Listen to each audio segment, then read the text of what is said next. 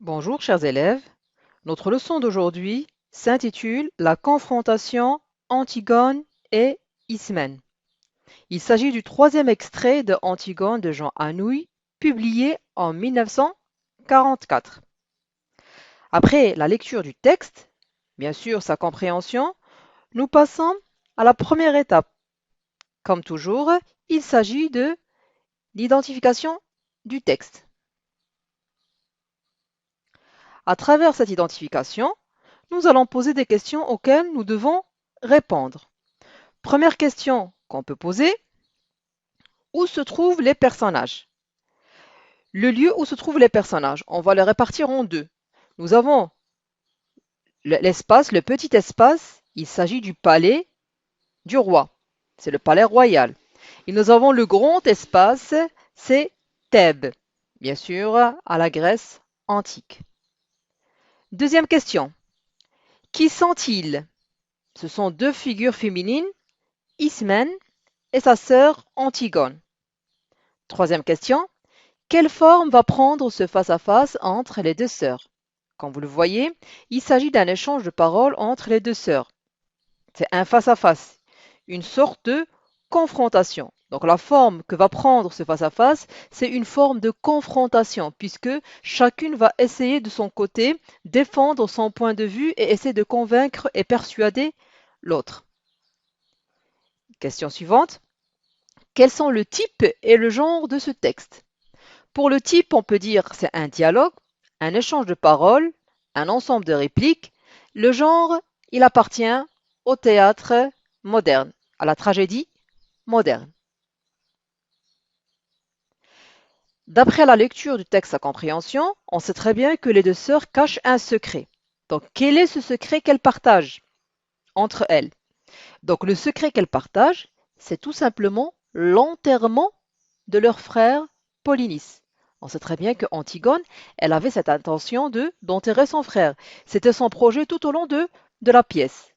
Mais Ismène refusera, bien sûr, ce projet. Elle va refuser d'ailleurs c'est la réponse de la sixième question, elle va refuser d'aider Antigone. Pourquoi? On le découvrira à travers l'analyse des axes, mais on peut anticiper et dire tout simplement parce qu'elle a peur du pouvoir de roi. Ensuite, deuxième, deuxième point, c'est la situation de passage. Donc on peut dire que ici Antigone avait bravé la loi de Créon. Elle avait transgressé la loi et elle va réaliser son projet. Donc bravant les ordres de Créon, Antigone entreprend une première tentative. Elle va essayer pour la première fois enterrer son frère pour ensevelir le corps de son frère. De retour, ce que nous avons vu dans le chapitre, dans la scène précédente, elle va rencontrer sa nourrice. Ensuite, donc Ismène va intervenir. Donc elle rencontrera sa sœur Ismène à qui la veille elle avait déjà confié ses intentions. Elle avait déjà dit à sa sœur qu'elle va sortir la nuit pour enterrer son frère. Et bien sûr, Ismène n'avait pas dormi toute la nuit. Elle a veillé en pensant à ce que pense Antigone. Comme situation de passage et à titre indicatif, je vous propose la situation suivante. Après une profonde pensée toute la nuit, et bien sûr c'est une longue réflexion, Antigone essaie de penser, Ismène essaie de convaincre Antigone pour qu'elle renonce à l'idée d'enterrer le cadavre de son frère Polynice. Donc elle a passé toute une nuit de réflexion uniquement pour trouver une solution. Comment convaincre Antigone, sa sœur, à renoncer à son idée d'enterrer le cadavre de Polynice. Et d'après ce qu'on connaît, c'est qu'Antigone a un personnage qui n'est pas facile à se laisser se faire. Donc c'est un personnage tout à fait têtu, ou bien on peut dire aussi entêté. Puis, nous allons passer aux axes de lecture, à travers lesquels on va découvrir une opposition entre les deux sœurs, qui ont le même lien, bien sûr, familial, ils ont donc le même sang, mais deux points de vue, deux pensées, deux réflexions tout à fait opposées et sont tout à fait contraires. L'opposition Antigone-Ismène. On commence par Antigone. Parmi les caractéristiques de Antigone que nous avons relevées dans ce passage, on peut citer courageuse en tant que caractère. Antigone, c'est un personnage courageux. Elle est courageuse, elle est rêveuse, elle est forte, déterminée, têtue, extrémiste, elle ne veut pas réfléchir et elle ne veut pas comprendre. Pourquoi? Parce qu'elle a un seul objectif. Elle se focalise sur un seul point, une seule idée, c'est d'enterrer son frère et rien d'autre. Par opposition, nous avons sa sœur Ismène. Ismène, qui est comment? Qui est peureuse. Elle a peur de la loi. Elle a peur du roi. Elle a peur de Créon. Elle est réaliste. Elle n'est pas rêveuse. Elle voit la réalité. Hésitante. Est-ce qu'elle doit aider Antigone? Est-ce qu'elle ne doit pas aider Antigone? Donc, elle hésite entre les deux. Soit elle va l'aider, soit elle va renoncer à l'aider. Elle est faible. Elle ne peut pas être forte devant le pouvoir du roi. Elle est ouverte au dialogue. Elle peut se communiquer, pondérer. Elle réfléchit. Elle comprend son oncle. Bien sûr, d'après le texte. Parce que chacune s'est définie à travers les répliques en lisant la scène. Donc on peut dire que Antigone est un personnage qui est courageuse. Elle n'a pas peur. Elle n'a pas peur du roi. Ce sont donc deux sœurs, on peut les considérer autant que deux sœurs différentes. Elles reflètent deux portraits opposés. Rien ne les unit que le lien de sang. Être deux sœurs. Antigone elle est rêveuse, courageuse, forte et résolue, alors que Ismène, elle ne veut pas donc aider Antigone. Elle est réaliste, elle est hésitante, prudente et faible. Ensuite, nous allons passer au deuxième axe. Il s'agit de la stratégie argumentative que chacune des deux sœurs avait suivie pour convaincre l'autre à adhérer à son idée.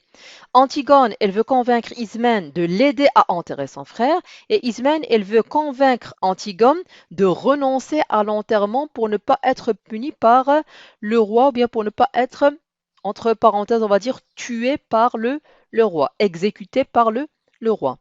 Les arguments de Ismène, ce qu'elle présente comme argument pour convaincre et pour persuader sa sœur. Donc là, c'est un ensemble de relevés qu'on a retirés du texte en disant, c'est Ismène qui parle, il nous fera mourir, je ne veux pas mourir, je suis l'aîné, je réfléchis plus que toi, je suis plus pondéré, je comprends un peu notre oncle, il est le roi, il faut qu'il donne l'exemple. Il est plus fort que nous. Ils pensent tous comme lui dans la ville. Ils sont des milliers et des milliers autour de nous. Les gardes avec leurs grosses mains, leur regard de bœuf. Je ne suis pas très courageuse. Toi, tu es une fille. Ton bonheur est là. Tu es fiancée. Tu es jeune.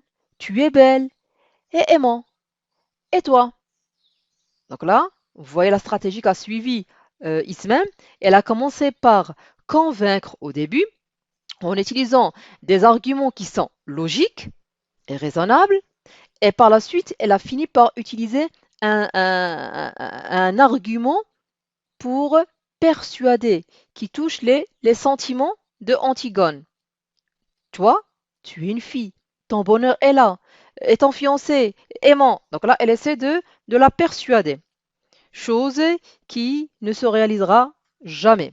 Car, comme on l'a dit, Antigone, on ne cesse pas de le dire, est un personnage entêté.